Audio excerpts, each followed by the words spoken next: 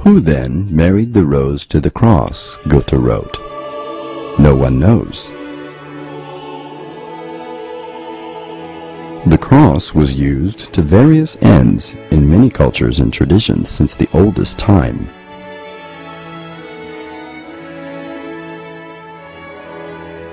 As for the rose, it has always been a universal symbol of grace and love.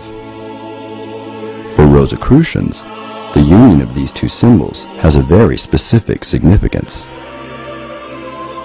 The cross symbolizes a man or woman's physical body, while the rose in its center symbolizes his or her soul in the process of evolution. Together, the rose cross, therefore, represents the duality of human beings and the fact that we evolve from life to life toward perfection. According to Rosicrucian tradition, whoever reaches this perfection is no longer obligated to reincarnate.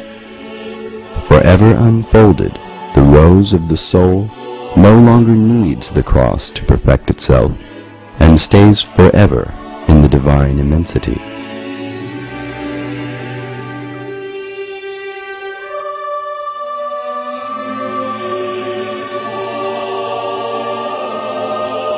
Perhaps this can explain the meaning of the mysterious Rosicrucian formula, ad rosem per crucem, ad crucem per rosem.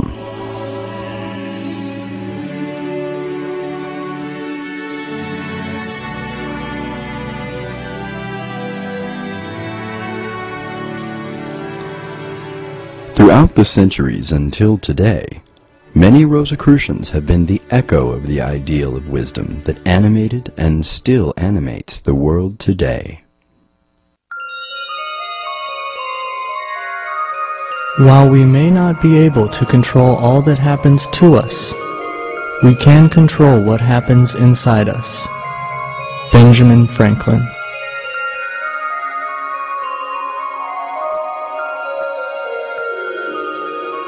True knowledge is based on true tolerance.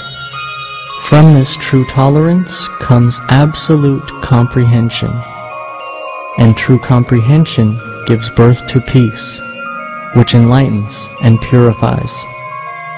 Nicholas Roerich.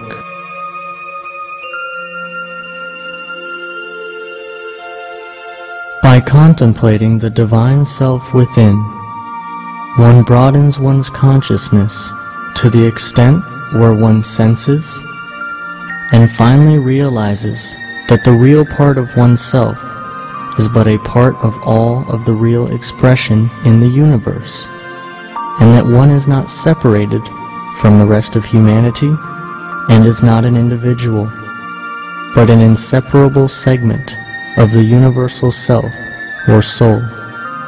H. Spencer Lewis.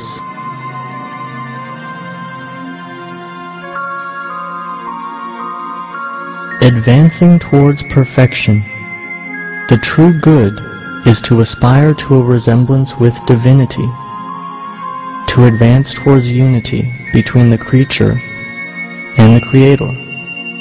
Karl von Eckartshausen.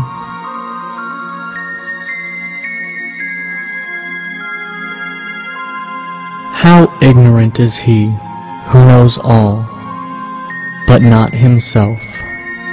Alidvar.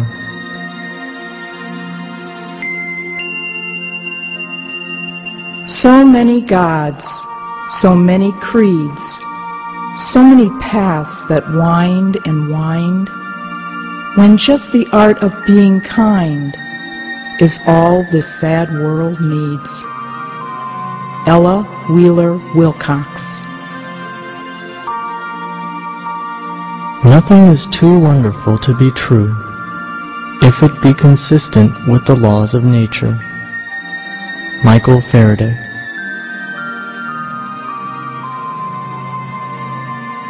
Music is the arithmetic of sounds, as optics is the geometry of light. Claude Debussy.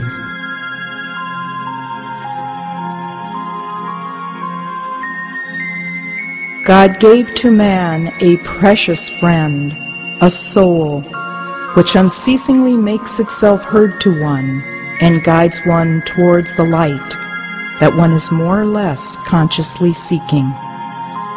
Marie Corelli.